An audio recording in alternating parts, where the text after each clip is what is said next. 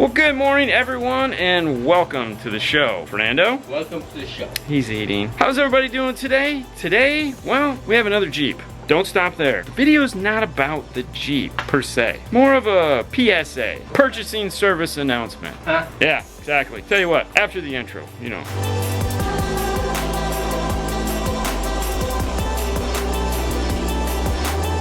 So a couple today brought in this Jeep for us to do a new radio and a backup camera. It is a recent purchase of theirs. They wanted it to head out to the beaches here in Florida and drive the sand and have some fun. They got their cool sunshade hats in here. Still got these regular factory wheels on it. And that's cool because that means that we can use the Eco Master Backup camera because it's made for the factory wheels.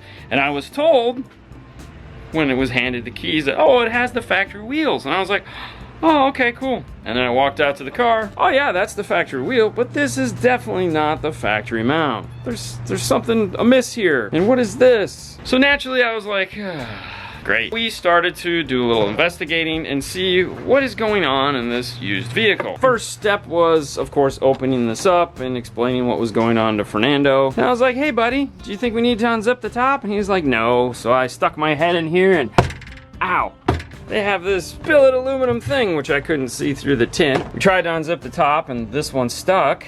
You have to try everything when you buy a car. Every button, every zipper, slide the seats, everything. It's the joy of buying a used car. But this one does come up. We lifted it up and we saw it and we're like, oh, okay, that's gonna be fun. Then I started looking at the wheel and I noticed there's this wire, that little wire right there, that guy. I was like, what's that for? If I come down here and look, I see there's a backup camera strategically placed in the fork of the wheel. It's like, okay, that's weird. Followed the wire to see where it goes. We pulled out the taillight. We see that it comes up through the taillight here, works its way into the car, unscrewed this panel, and you can see the wire there taped to the floor. Okay, so it must be run up to the front of the car. It's got a factory radio in it still. Naturally, we pulled out the glove box, looked for the wire, didn't see it there. Pulled out the radio, realized that there was an aftermarket radio in here. And how we figured that out, even though it had the factory radio in it, we knew there had to be an aftermarket radio in here because there's a bracket that typically goes in this area, and there's a screw that goes in the top of the dash kit that was missing. That's typically the case when you put an aftermarket radio in there, but no reverse camera. We pulled the air conditioning controls, which we do because we want to remove the Uconnect box so we can get to the factory USB here, which is attached here in the armrest. You can remove this, by the way. It doesn't do anything once you replace the radio. Just take it out. It's a great place for the Sirius XM tuner if you're gonna put it in. Remove the knee buster, and we still hadn't found it. It was like, okay, what the heck is going on?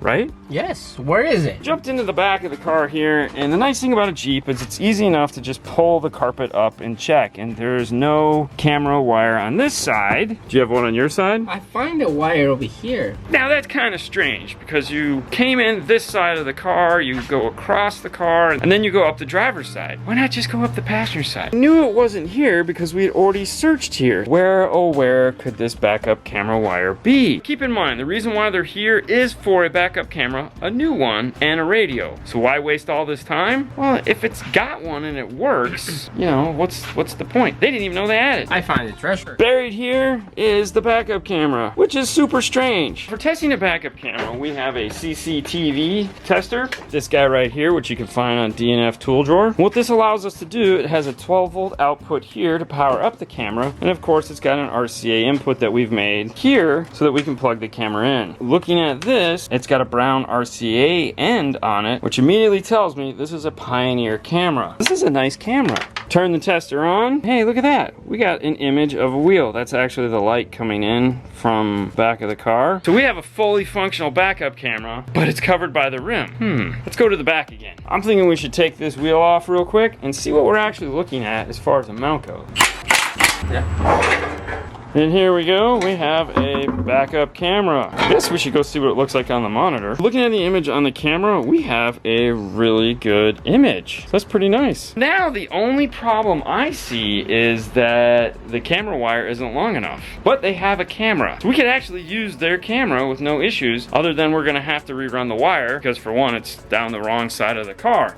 So that's kind of cool. Now I need to go talk to Paul, let him know that we actually have a backup camera in here, and see if they wanna maybe do something else with their money. I just came from talking to Paul, and I called the customer and talked to him on the phone. And one of the things about the Jeep that I absolutely hate is the dash kit. It doesn't matter whose dash kit it is, by the way. There's no bias here. My preferred dash kit is the Chrysler one, this guy right here. The 956511-17. The reason why it has the 17 on it is there is a non-17, which was the remake for this kit, and then it really wasn't as good as this kit, in my opinion, and so they brought it back in 2017. So that's why it's a 2017 kit. That's the one I like to use if that's the only kit in the room. If there is money in the budget, I like this kit. You can get from Pack Parts, not to be confused with Pack Audio, but Pack Parts. It is an Alpine WRA I207 BKTS. It is the dash kit for their 207 installation. And what makes this thing awesome is it has metal brackets and it's properly spaced and the radio doesn't flex. It's a phenomenal kit. It is the most expensive one you can get for this, but it's a phenomenal kit. I would recommend if you have the money and it is available. So we're gonna be using this to do the installation for the radio. And of course the radio we're putting in is not an Alpine, it's a Kenwood DMX 706 short chassis mechaless radio. That means it does not have a CD player, but it does Android Auto and Apple CarPlay. We are gonna be using this guy right here for an interface, which is the Pack Audio RP4CH11. Go to pack-audio.com. Go to metraonline.com. Go to idatalink.com/maestro. These are the 3 places to hang out to find the appropriate dash kit for your car. Things you want to check in a car. Does it have steering wheel controls? A clear indication of that is a phone or volume indicator on a steering wheel. The Dodge family is kind of weird. Dodge, Chrysler, Jeep, those guys, because they also put buttons on the back of the steering wheel. Make sure you check there. These buttons aren't always here. Check to see if it has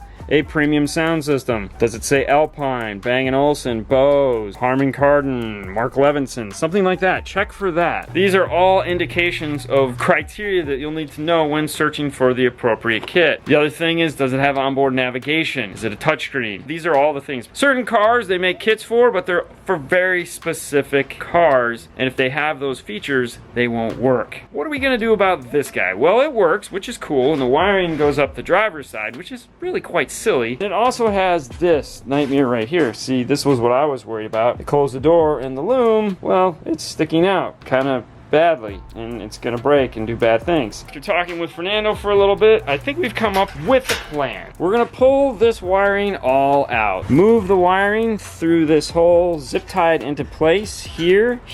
That way we have a nice lip that goes across this area. We're gonna get rid of this split loom stuff that sucks and replace it all with the appropriate expandable tubing. We'll also put a couple layers of exterior Tessa tape over the wire to give it some protection on the wire itself and some thickness. Make it more of like a rope as opposed to just a crappy wire. Once that is done, we will rerun the wire up this side of the vehicle as opposed to this side of the vehicle. Another nice feature about going with a smart harness in the car and why you need to know all that information beforehand is a lot of these have the reverse triggers built into them. Do not need to tap a reverse light. Some cameras, specifically like the Alpine camera, it also is going to need a third brake light because it actually has the third brake light built into it. That you're going to want to look at like an iData harness for, because they provide a brake light output in their smart kit that the other guys do not. One more thing on a Jeep, just for you guys that are like Jeep fans or Chrysler fans, it's Chrysler, so it's the whole Chrysler, Jeep, Dodge. If you're working on one of those, they make 2 different harnesses, premium, non-premium. It's the same actual harness, but it's pinned differently. And how you can tell is when looking at the harness on this side right here where my thumb is there 8 wires or is there 4 wires? If there's 4 wires, it's a premium sound system, which means that all the sound has to go into those 4 wires. But how it's pinned is the green and the purple, the rears, are on that side. You have to hook up the white and gray outputs of the radio into the green and purple of the factory harness to feed those. If you go color for color, what's gonna happen is your Bluetooth, you know, when people talk back to you, you're not going to hear them because that comes over the front 2 speakers only, and you only have the rear 2 speakers hooked up. That might sound confusing. In the owner's manual, it's described how that all works, so definitely check there. Also, if you do end up going with an iData harness, they make it real easy. They actually have clips on their harness that you just change. So you can wire it up color for color, super simple, and then you just unplug and plug the wires and move them around. If you're getting into the fact that I like using the iData harness more just for things like that, you'd be correct, I do. After a little bit of fun, I managed to get all the wiring out of the car. The wire came in and they taped it underneath here, and yeah, you get the idea. It wasn't anything special. I finally found the connector for the Pioneer camera. This guy. It was taped somewhere in this area here, which is terrible because you need to be able to remove this if something were to happen. That's where this area comes into play. This connection will now be located in here. If they need to remove all this, they can do it through this by pulling the light and unplugging both the third brake light and the backup camera. I have to cut these zip ties. We'll get that positioned straight and on. We'll put the tire back on.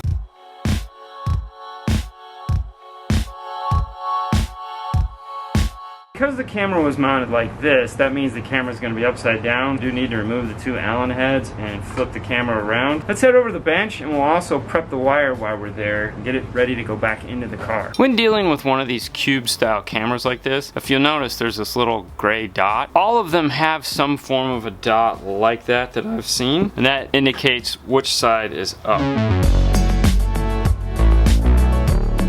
First thing I like to do is wrap the whole wire with 2 layers of exterior Tessa tape. In case you didn't know, there's 2 different types of Tessa tape. There's a fuzzy fleece kind, which is supposed to be for interior to get sticky as all hell. And then there's the, I don't know, kind that won't rip is the easiest way to describe it. If you can rip it, it's not the exterior. This stuff takes a higher temperature and doesn't get as sticky as quick. What I like to do is wrap one full wrap in one direction and then come back and wrap it in the opposite direction.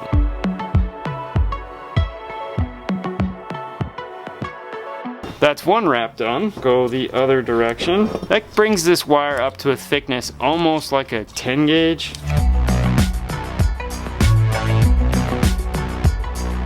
We have our 2 layers on this. Now we're gonna move to the power wire for the third brake light. Repeat the process because we definitely don't want these guys to get messed up. Now put on some flex loom.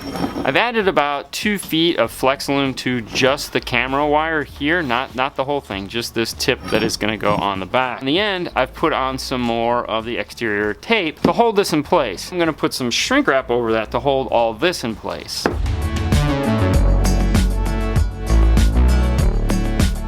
The third brake light is going to link in right where that came apart. We're back at the back of the car. It's time to get this guy mounted in place. I always like to leave a little C-bend here just so there is some extra on this if it ever needs to come off or whatever and move around, or they decide they want to move this tire up and down. It's not super tight like it was when we took it off. I'm going to zip tie the third brake light wire and this into place. Leave a little extra wire for the third brake light because that is also movable. This can be slidden up and down. There is also a bunch of holes in here that I'm going to use to zip tie this into place so the wires just aren't bouncing around.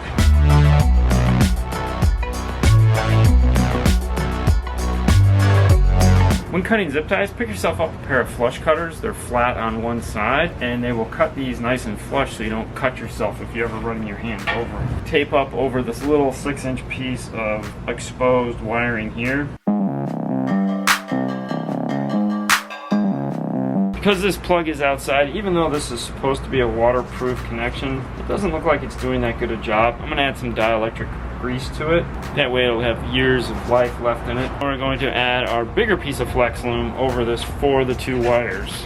Because there's 2 wires here and they do need to move a little bit, I've gone to our bigger flex loom so it's not so restrictive on those wires. I could have used the same loom that we used up here on the camera, but I want these to have some give. And lastly, we'll finish off the overlapping seam with a piece of shrink wrap. We'll get our wire run over here into the car. The hole they had located in the light fixture down there was, they used like 2 drill bits. It was, I don't know, or beaver. So we've made the hole bigger. It is in a plastic panel. I'll show it to you once we're done there. But I want to make it so that they can unplug both these and the camera. To do that, I'm using this little guy here. It's an XT30. It's just a small connector that will fit back through the hole that I drilled. Solders into place. There's a positive end and a negative end.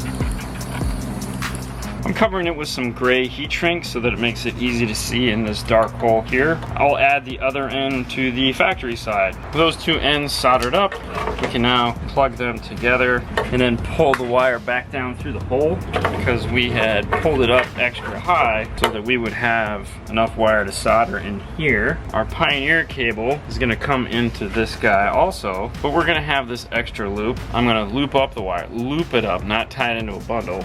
This way, once we get our Pioneer wire ran in through this grommet, we can plug it in and then put this all back together. Lastly, what we need to do is waterproof the hole that is in the bottom of the car, because it was waterproofed before. They didn't waterproof it, don't get me wrong. They had no idea what they were doing. We're going to. And we've added in our strip caulk on both sides. The nice thing about strip caulk is it's a butyl that never dries. It'll move, it'll flex, the wire can wiggle and it won't break. The bonding, it'll just get gooier, really. So it's really good for this kind of waterproofing. Check the movement of our wire. Make sure that it doesn't get bunched up or pinched. This is what we were hoping for, as opposed to before where it got caught up and draped down into the door. Before I run this wire, I want to get this tire back on and get this all bolted into place, because this is still loose and I don't want to get it knocked off and broken.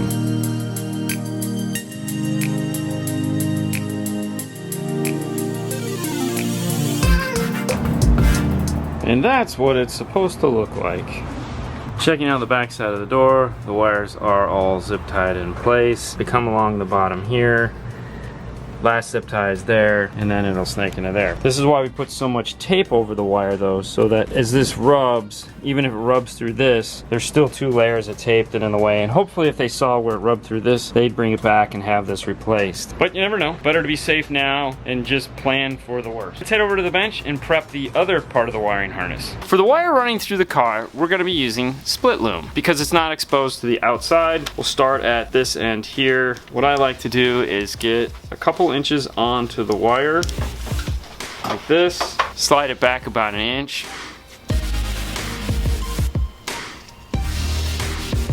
roll 2 or 3 wraps tape over it, then slide the split loom back in place, putting the slit through the roll of tape, bringing it about halfway into that roll of tape, and then rolling the tape back over it. Go up about 4 or 5 inches with the tape. And it'll keep that end nice and secure onto the split loom. I just have to run the rest of this wire and cover it in split loom. I need to get it up through this hole here in the top and down into the 3rd brake light.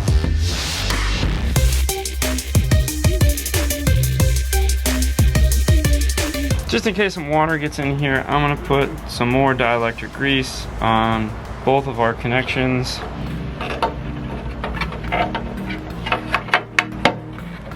Plug the factory light back into place.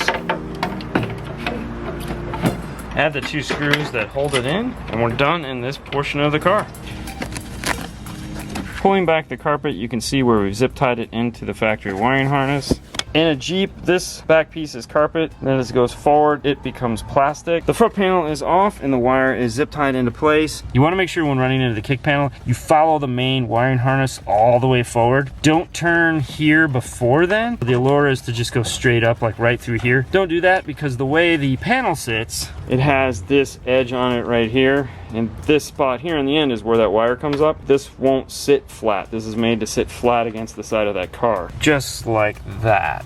Fernando got the trim bezel attached while I was putting in the backup camera. As you can see, it fits so nice. Look how flush that is. Look how sharp these lines are. It's high gloss too, and it's nice and metal. I can hold it out here by just these 2 tabs, and it doesn't do anything. It's so strong and sturdy. For those of you that have never seen it before, this is a short chassis radio. Normally there'd be more to the radio, but since there's no DVD, CD player in here, they've taken that space out, conserved on a little bit of metal, which went into these. Yay. This is what we end up with. With the wire up into the dash, run properly. Before you snap the bezel back on of any of your installations, do some quick checks. First off, make sure the radio turns on and plays sound. It's crucial. Secondly, if it's got Android Auto or Apple CarPlay, plug into your USB device and make sure it works. That's why we always ask for weather. It will talk and give us the weather. That way we know the microphone is working and also the sound is playing out of the right speakers. If we see the lines and we don't hear the sound, in this case, we'll know that we have the amplified system and we forgot to check. That never happens. Next, of course, is the backup camera. And we have a backup camera. Once you've tested everything that you can think of to possibly test, then put the bezel back on. The only time there's an exception for that is if there's an airbag light attached to that bezel. What we'll do is we'll remove that light out of the bezel, plug it in, do our testing, unplug it, screw it back into the proper housing, and then snap it all back together. There's only like 1 or 2 cars you can't do that on. Volvo. Let's get it put back on and we'll show you what this dash kit looks like. If you look at the dash kit, you'll notice it has really nice corner gapping. You don't get that bending that you typically get in a Jeep kit. It's nice and straight on both sides. And that's why it's my favorite Chrysler dash kit. All right, guys, that brings this PSA, as it were, to a close. Yep. Fernando. Thank you for watching. On to the next one. You guys have a wonderful day as always. We'll catch you later next time. Bye. Bye.